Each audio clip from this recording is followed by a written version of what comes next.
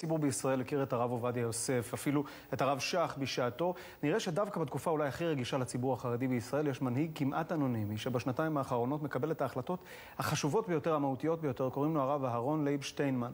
הוא כמעט בן 100, כפי שציינת.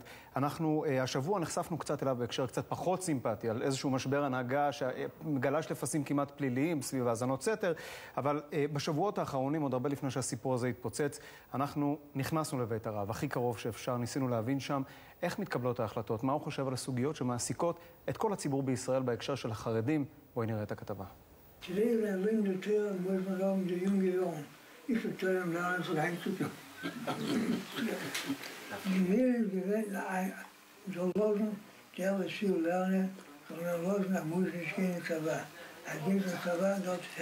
סביר להניח שרובכם לא מזהים את האדם הזה בין 100 שיושב כאן בחדר, אבל קולו הוא במידה רבה קולם של מאות אלפי חרדים החיים כיום בישראל. אין אצלו טקטיקה בעניין הזה של תלמידי ישיבות. בנושא הזה יש רק אסטרטגיה, והאסטרטגיה היא אחת. אנחנו צריכים אותם בחורים שלומדים תורה שימשיכו ללמוד תורה. השבוע נפל דבר ברחוב החרדי. בשיא המאבק נגד גיוס בני הישיבות מתפרסמות הקלטות שבוצעו בתוך בית הרב, בסלון הזה, ותיעדו לכאורה במשך שעות ארוכות שיחות שקיימו כמה מאנשי הבית. מהתמלולים שפורסמו עולה כי בבית הרב ניהלו לכאורה ערוץ הידברות ושיתוף פעולה עם צה"ל. אנחנו נשלחנו בין היתר כדי לנהל דיונים מול מערכת הביטחון על הנושא של תלמידי ישיבות שתורתם אומנותם. זה היה מאז קום המדינה. זה קיים גם היום. עכשיו היה ניסיון נואל, ניסיון שהוא מאוד חמור, שכאילו מהשיחות הללו מתברר שאולי מישהו רוצה לשנות את מדיניות הגיוס. ההקלטות הללו מסעירות את הרחוב החרדי ומעוררות זעם בבית הרב. את האצבע המאשימה מפנים שם כלפי גורמים המזוהים עם הרב שמואל אוירבך, מי שמכונה ראש הפלג הירושלמי, המוביל את הקו הקיצוני ביותר בעניין הגיוס.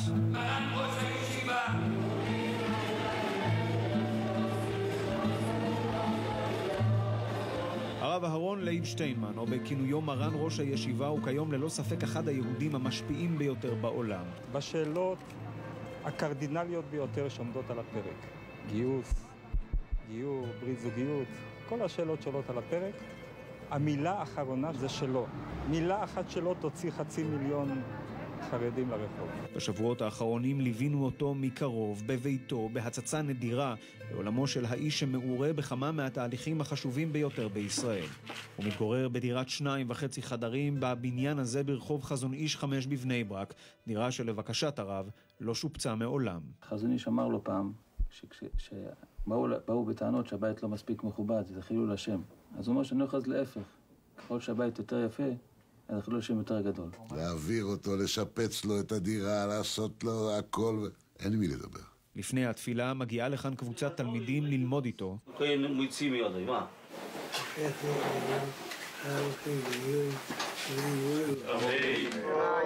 לאחר מכן מתחילה קבלת הקהל. מתחתן היום.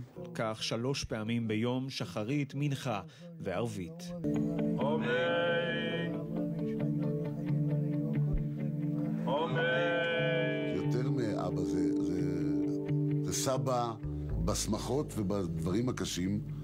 אתה מגיע לשם. אשתי לא הייתה הולכת לחדר לידה בלי שאני רץ קודם לקבל ברכה. אין דבר כזה. אחרי ארוחת הבוקר הקצרה הוא יוצא בהנחיית הרופא לצעדה קצרה, בזמן שבחדר הזה כבר מתאספים עשרות תלמידים צעירים לקראת הבחינה. במשך יותר מ-40 דקות האיש הזה, בן 100 נזכיר, בוחן ומקשה עם עוד שאלה ועוד שאלה ועוד אחת. מה זה סייף? חרב. נכון מאוד.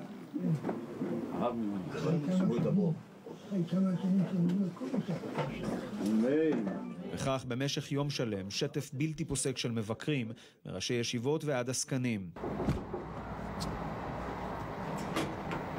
באמצע היום מגיע מירושלים חבר הכנסת גפני, 5 דקות של התייעצות, סביר להניח בנוגע לסוגיית הגיוס ובחזרה לכנסת. הכל קורה בלשכה הזו, חדר השינה שהוא גם חדר לימוד, חדר אורחים וחדר ישיבות, בין אם האורחים הם ילדים מתלמוד תורה, חברי כנסת או אפילו שגרירים. זה שגריר אנגליה בישראל, בריטניה. בשנתיים האחרונות, מאז פטירתו של הרב יוסף שלום אלישיב, הבית הזה הוא הכתובת המרכזית לכל מי שרוצה לנסות ולהגיע להנהגת הציבור החרדי. Since I've seen you last, I have made it my mission to try to build links between my country and the Haredim. לפגישה הידידותית הזו הייתה מטרה. נציג הממלכה הגיע לגשש את הדופק של המנהיג החרדי בנוגע למשא ומתן המדיני. אנו פועלים לגבש הסכם בין ישראל לפלסטינים, סיפר לו, מסר קצת פרטים על המגעים וניסה לגייס את תמיכתו בהסכם עתידי. הוא מעורה היטב, הוא מעודכן, יש לו חברי כנסת שפועלים בשליחותו ושרים למרותו, הם באים לכאן כל הזמן, הם מעדכנים, הם שואלים, יש לו מידע שוטף. לאורך השנים ניסו מתנגדיו לטעון שהוא מקל, פשרן, לא מספיק מתבדל, אולי הביקורת הקשה ביותר כשמדובר במנהיג חרדי.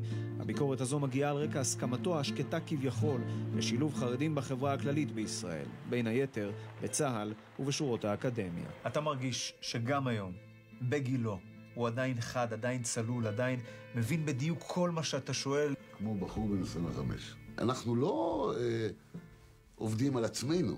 הרב שטיינמן בעצמו לא ירצה שאנחנו נעשה דברים על סמך מישהו שהוא לא צלול. בעיני רבים מסמל הרב שטיינמן את סוף עידן ההנהגה היחידנית שמאפיינת כל כך את הציבור החרדי. האיש שכנראה לא ביקש לעצמו מעולם את ההנהגה, נושא על כתפיו הצנומות אחריות בלתי נתפסת וגם הרבה כוח, שמצליח לעורר את מלחמות הירושה על הנהגת הציבור הזה, עוד בחייו. האיש שמזוהה יותר מכל עם המותג מייקרוסופט פורש מהניהול שלה. ביל גייטס, שנחשב גם לאחד האנשים העשירים בעולם, כבר לא יושב ראש החברה. כתבנו עידו סולומון, למה דווקא עכשיו? שאלה מצוינת. השאלה היא למה רק דווקא עכשיו, כי גייטס הודיע על תחילת תהליך הפרישה שלו מתפקידו כיושב ראש מייקרוסופט כבר ב-2006, אבל הוא לא מיהר לשחרר את המושכות. בכל זאת חברה שהוא הקים בשנת 1975, שימש כמנכ"ל שלה עד שנת 2000, אז הוא הוחלף בסטיב בלמר, ונשאר כיושב ראש החברה והתווה את הדרך, אלא שבשנים האחרונות המשקיעים מאוד לא מרוצים מהכיוון שאליו מייקרוסופט הולכת. היא פספסה את מהפכת המובייל, נכנסה באיחור לתחום של הטלפונים החכמים, ולא באמת הצליחה להחזיר מלחמה לאפל וסמסונג. גם בתחום הטאבלטים היא נכנסה מאוחר ולא מצליחה להתרומם, אז את המנכ"ל פרש כבר לפני חצי שנה. היום